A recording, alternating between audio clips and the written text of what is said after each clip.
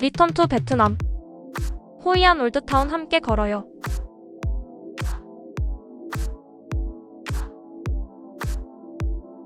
칭짜오. 예쁜 풍경과 따사로운 아침 햇살이 가득한 호이안의 아침입니다. 살랑살랑 불어오는 예쁜 바람과 함께 호이안의 고요한 풍경을 바라보고 있으니 마음이 따뜻해집니다. 아름다운 풍경을 볼 수 있는 곳에서는 이른 새벽부터 저절로 눈이 떠지고 매일 같은 풍경 속에서도 오늘은 또 어떤 모습이 펼쳐질지 설레는 기대감이 생깁니다. 며칠간 다낭에서 지내다 보면 자연스럽게 호이안의 풍경이 떠오르고 호이안에서 며칠 지내다 보면 또 자연스럽게 다낭의 풍경이 생각납니다. 완전히 다른 매력을 가진 두 도시가 멀지 않은 곳에 있어 큰 부담 없이 오고 갈 수 있는 점도 참 좋은 것 같습니다. 고요하고 아름다운 아침 풍경을 마음껏 즐기고 아침 식사를 하러 발걸음을 옮깁니다. 1층 조식당에는 가볍게 즐길 수 있는 다양한 메뉴들과 신선한 과일, 따뜻한 차와 커피가 정갈하게 준비되어 있습니다.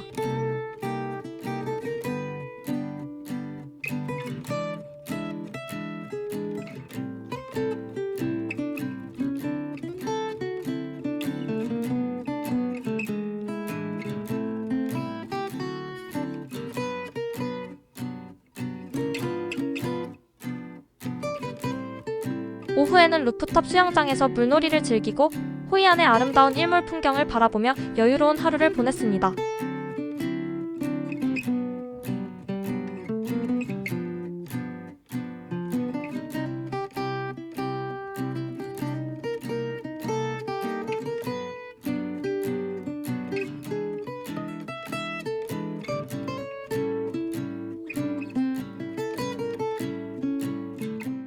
호이안에서 새로운 하루가 시작되고 오늘도 설레는 마음으로 호이안 올드타운을 향해 봅니다.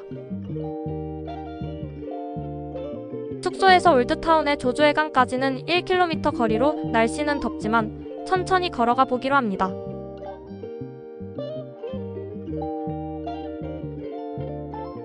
뜨거운 바람이 불어오는 호이안의 오후 한적한 거리의 상점들을 구경하며 천천히 발걸음을 옮겨봅니다.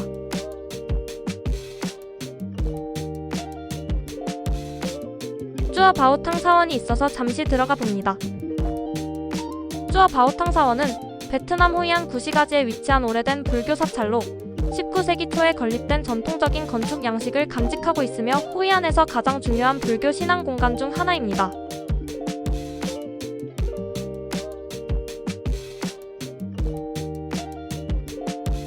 호이안, 천년의 항구 시간이 멈춘 도시. 세상에는 살아있는 박물관이 있습니다.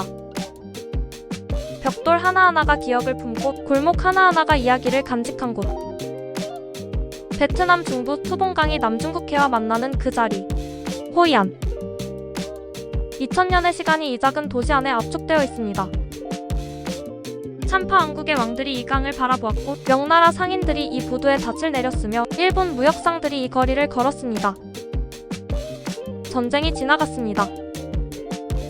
제국이 무너졌습니다. 그러나 호이안은 남았습니다. 오늘 우리는 그 천년의 이야기를 따라 걷습니다. 1. 참파 왕국의 유산. 지금의 베트남 중부 해안에는 오스트로네시아계 민족 참족이 살고 있었습니다. 그들은 인도 문명의 영향을 받아 힌두교와 불교를 믿었고 산스크리트어를 사용했으며 뛰어난 항해술로 동남아시아 해상 무역을 주름잡았습니다. 2세기경 참족은 독립왕국을 세웠습니다. 역사가들은 이를 참파왕국이라 부릅니다. 참파의 수도는 여러 차례 바뀌었지만 오늘날 호이안 남쪽에 위치한 마이선은 참파의 성지였습니다. 붉은 벽돌로 쌓아 올린 힌두 사원들, 시바 신에게 바쳐진 탑들이 정글 속에 남아있습니다. 기원전 2세기 참족 베트남 중부 해안에 정착. 해상 무역 시작. 2세기경 참파 왕국 건국. 투봉강 하구가 핵심 교역 거점으로 성장. 9에서 10세기 참파 전성기. 항구 신화파가 아랍 문헌의 동방의 향료 집산지로 기록. 중국 한나라의 역사서 한서에도 이 항구에 관한 기록이 등장합니다. 남해의 향료와 상하 비취가 이곳을 통해 거래된다. 이미 2000년 전 호이안은 세계와 연결되어 있었습니다. 참파는 강력한 해양 제국이었습니다. 그러나 동시에 끊임없는 외세의 압박을 받았습니다. 북쪽으로는 중국이, 남쪽으로는 크메르 제국이 호시탐탐 영토를 노렸습니다. 446년 유송 왕조의 침공, 605년 수나라의 침략. 참파는 번번이 위기를 맞았지만 그때마다 남중국해의 해상 무역망을 발판 삼아 다시 일어섰습니다. 인도 중동의 아랍 상인 중국의 무역선. 이 모든 배들이 투봉강 하구의 항구에 닻을 내렸고 참파는 그 중간에서 막대한 부를 쌓았습니다. 2. 베트남의 탄생과 남진. 10세기 동남아시아의 판도가 바뀝니다. 938년 박단강 전투. 베트남 장군 응옥구엔이 1000년간의 중국 지배를 끊어냈습니다. 그는 강바닥에 쇠말뚝을 박아 중국 수군의 배를 침몰시켰습니다. 밀물이 들어오면 보이지 않던 말뚝들이 썰물에 드러나며 배를 찍었습니다. 베트남의 독립이 시작되었습니다. 이후 베트남 북부에는 왕조들이 연이어 들어섰습니다. 딘왕조, 전래왕조, 리왕조, 쩐왕조. 이들은 점차 남쪽으로 세력을 확장했습니다. 베트남의 역사적 남진, 남쪽으로의 진군. 1306년에는 극적인 사건이 일어납니다. 참파의 왕채만이 베트남 공주 현인과 결혼하면서 지참금 대신 꽝남 지역, 즉 호이안이 있는 땅을 내놓습니다. 현인 공주 이야기는 베트남에서 지금도 회자됩니다. 사랑인지 정략인지 어쨌든 그 결혼으로 호이안 지역은 베트남 땅이 되었습니다. 1471년 결정적인 날이 왔습니다. 레 왕조의 황제 레 타인통이 직접 군대를 이끌고 참파의 수도 비자야를 함락시킵니다. 6만 명의 참파인이 포로로 잡혔습니다. 참파 왕국은 사실상 이 순간 멸망합니다. 그리고 호이안은 완전히 베트남의 영토가 됩니다. 3. 동아시아 무역의 심장. 16세기에서 17세기. 이 시기가 호이안 역사의 황금기입니다. 당시 아시아의 바다는 들끓고 있었습니다. 포르투갈, 스페인, 네덜란드, 영국의 배들이 동방의 향료와 비단, 도자기를 찾아 몰려들었습니다. 그리고 그 중심에 호이안이 있었습니다. 가장 먼저 주목한 것은 일본이었습니다. 도요토미 히데요시의 시대, 일본 상인들은 주인선, 즉 막부의 허가증을 가진 배를 타고 동남아시아 곳곳에 진출했습니다. 호이안에도 일본 상인 마을이 형성되었습니다. 이 항구에는 중국인, 일본인, 포르투갈인, 네덜란드인이 모두 공존한다. 서로 다른 언어가 뒤섞이고 서로 다른 신을 섬기지만 거래 앞에서는 모두 한 언어를 쓴다. 17세기 네덜란드 동인도 회사 상인 크리스토파넨 보리의 기록. 1593년에 지어진 것으로 추정되는 내원교. 지붕이 있는 독특한 형태로 한쪽 끝에는 개 조각상, 다른 쪽 끝에는 원숭이 조각상이 서 있습니다. 일본인들은 이 다리가 일본 본토까지 이어진다고 믿었고 다리 아래로 거대한 지진을 일으키는 뱀 괴물이 산다고 생각해 다리 위에 사당을 지어 달랬다고 합니다. 지금도 호이안의 상징이자 베트남 1만동 지폐에 새겨진 이 다리는 그 시절 일본인들의 꿈과 신앙을 고스란히 간직하고 있습니다. 한편 중국 상인들은 출신 지역별로 뭉쳐서 회관을 세웠습니다. 복건회관, 광조회관, 조주회관이 회관들은 단순한 모임 장소가 아니었습니다. 은행이자 보험사이자 거래소이자 법원이었습니다. 호이안의 밤은 화려했습니다. 강 위로 수백 개의 등불이 떠다녔고 비단, 도자기, 침향, 후추, 계피, 사탕수수. 세상의 모든 물건이 이 강가에 모였다가 흩어졌습니다. 4. 찐 응우엔 내정과 호이안. 그러나 황금기에도 그늘이 있었습니다. 16세기 중반 베트남은 두 세력으로 갈라졌습니다. 북쪽은 찐 가문이 레 왕조의 황제를 허수아비로 세운 채 지배했고 남쪽은 응우엔 가문이 독자적 세력을 구축했습니다. 호이안은 응우엔 가문의 영토 즉 남방에 속했습니다. 응우엔 가문은 영리했습니다. 그들은 호이안을 적극적으로 개방했습니다. 외국 상인들에게 세금 혜택을 주고 자유롭게 정착하고 거래할 수 있도록 허용했습니다. 찐 응우엔 내전은 1627년에 시작해 1672년까지 이어졌습니다. 45년간 7번의 대규모 전투. 두 세력은 긴 성벽으로 국경을 나눴습니다. 내전 기간 동안에도 호이안의 무역은 계속되었습니다. 전쟁은 북쪽에서 벌어졌고 호이안은 남쪽의 평화로운 항구였습니다. 그러나 18세기로 접어들면서 호이안의 황금기는 서서히 막을 내립니다. 타이선 봉기와 베트남 통일. 1771년 베트남 역사에서 가장 극적인 혁명이 시작됩니다. 타이선 봉기.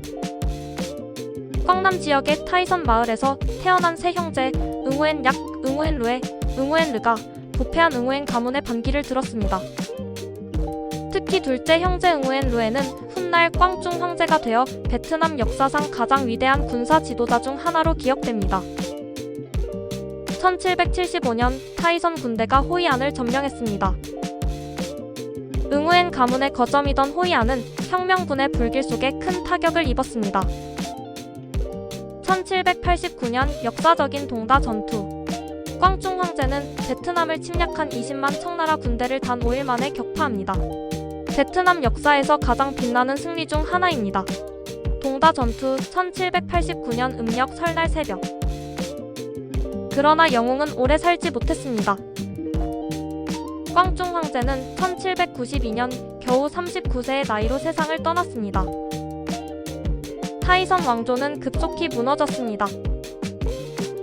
응우엔 아이는 전국을 통일하고 자롱 황제를 칭하며 응우엔 왕조를 세웠습니다.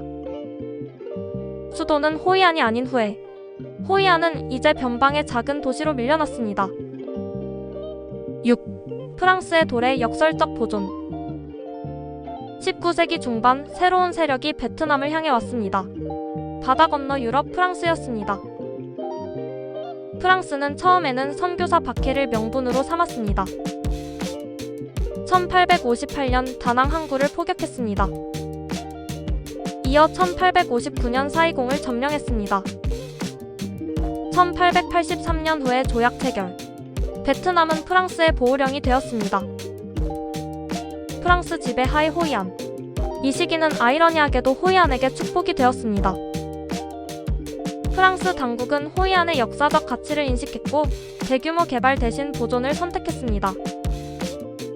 교통의 중심은 다낭으로 넘어갔습니다. 기차가 다낭을 지나갔고 현대식 항구가 다낭에 생겼습니다. 호이안은 도태되었습니다. 그러나 덕분에 파괴되지 않았습니다. 오늘날 유네스코 세계문화유산으로 등록된 호이안 구도심. 그 건물들이 원형을 유지한 이유입니다.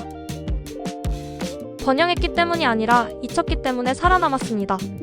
역사의 가장 역설적인 보존이었습니다. 호이안 구도심 보존의 역설. 7. 20세기의 격동 그리고 생존. 1945년 8월 혁명. 호치민 베트남 민주공화국 선포. 1946년부터 1954년 제1차 인도차이나 전쟁. 1954년 디엠비엠프 전투. 베트남 군대의 총사령관 보 응우엔 잡은 요새화된 프랑스군을 포위해 항복시켰습니다. 서양 제국주의가 아시아 독립군에게 처음으로 완전히 무릎 꿇은 순간이었습니다. 이후 제네바 협정으로 베트남은 북위 17도선을 경계로 남북으로 분단됩니다. 호이안은 남베트남 영역이었습니다. 그리고 곧 또 다른 전쟁이 시작되었습니다. 베트남 전쟁. 1968년 구정 공세. 북베트남과 베트콩이 남베트남 전역의 도시를 동시 공격한 이 작전은 전세를 뒤흔들었습니다. 호이안도 공격을 받았습니다. 그러나 기적이 일어났습니다. 구도심의 고건물들은 살아남았습니다. 전략적으로 중요한 항구도 군사시설도 아니었던 덕분에 폭격의 직접적인 표적이 되지 않았습니다. 수백 년을 버텨온 목조가옥들이 20세기의 가장 잔인한 전쟁도 통과했습니다. 1975년 4월 30일 4.20 함락. 베트남 전쟁 종전 통일. 북베트남 탱크가 4.20 대통령궁을 부쉈습니다. 1999년 유네스코 세계문화유산 등재. 베트남 전쟁이 끝났습니다. 베트남은 통일되었습니다. 그리고 호이안은 여전히 거기 있었습니다. 호이안은 묻습니다. 영원한 것이 있는가? 제국은 흥망하고 국경은 바뀌고 언어도 달라집니다. 그러나 사람은 거래하고 사랑하고 기도하고 꿈을 꿉니다. 참파 왕국의 사제도, 명나라 상인도, 일본 뱃사람도, 프랑스 식민지 관리도, 미군 병사도, 베트남 혁명가도 모두 같은 강가에 서서 같은 달을 보았을 것입니다. 그것이 역사입니다. 그것이 호이안입니다.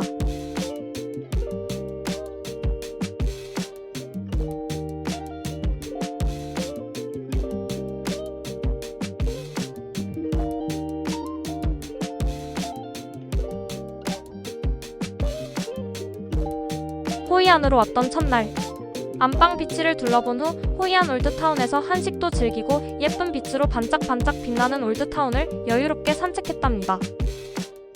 밤 9시 20분쯤 숙소로 돌아가기 위해 차량을 호출했는데요. 기사들은 가까운 곳에서 코를 잡아놓고도 오지 않고 빙글빙글 맴돌기만 했습니다. 메시지를 보내면 곧 간다, 거의 도착했다는 말만 반복하고 차량이 표시된 곳 근처로 걸어가면 차량은 슬그머니 다른 곳으로 조금씩 이동하기만 했습니다. 여러 번 콜을 하고 취소를 반복하던 중 어느새 밤 10시가 되었고 그때서야 그 이유를 알게 되었습니다. 호이안은 밤 10시부터 새벽 5시까지 심야할증 적용. 콜을 잡아놓고는 일부러 시간을 끌며 밤 10시가 넘기를 기다린 것 같았습니다. 대기 차량이 많지 않은 상황에서 다시 호출하다 보니 동일한 차량이 또 잡히고 말았는데요. 이번에도 여전히 빙글빙글 맴돌기만 할 뿐 오지 않았고 기사에게 메시지를 보냈더니 심야할증 붙었네? 라며 기분 나쁜 이모티콘을 보내왔습니다. 할증이 붙더라도 크게 부담스러운 금액은 아니었지만 기분이 영 좋지 않았고 어차피 숙소까지 멀지 않아 그냥 걸어가기로 했습니다. 밤 10시가 넘으니 호이안 길가는 조금 어둡고 한적했지만 올드타운에서 숙소까지 걸어보니 이제부터는 굳이 차량 호출을 할 필요가 없겠다 싶었고 덕분에 동네 구경도 하게 되어 오히려 나쁘지 않았습니다. 숙소로 돌아가는 길에는 홀로 걷거나 자전거를 타고 이동하는 외국인들의 모습도 종종 보였고 조용한 시골 마을길을 걷는 느낌이라 무섭거나 많이 긴장되지는 않았습니다. 하지만 이곳은 한국이 아닌 해외인 만큼 항상 주변을 살피고 조심해야 하며 특히 혼자 여행 시 늦은 밤 어둡거나 한적한 길은 가급적 피하시는 것이 좋을 것 같습니다. 어두운 길에서 무서웠던 것이 있다면 빠르게 달려오는 자동차와 오토바이들이었습니다. 이를 계기로 시간이 촉박하거나 먼 거리를 이동할 때는 어쩔 수 없겠지만 올드타운을 오갈 때만큼은 더 이상 차량을 호출하지 않게 되었고 호이안 여행 첫날 이런 에피소드가 있었습니다. 이번 영상 재밌게 보셨나요?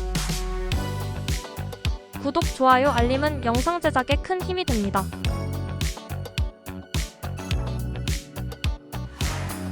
오늘도 반달곰 지구여행과 함께 여행해주셔서 고맙습니다. 다음 에피소드에서 또 만나요. 빠이.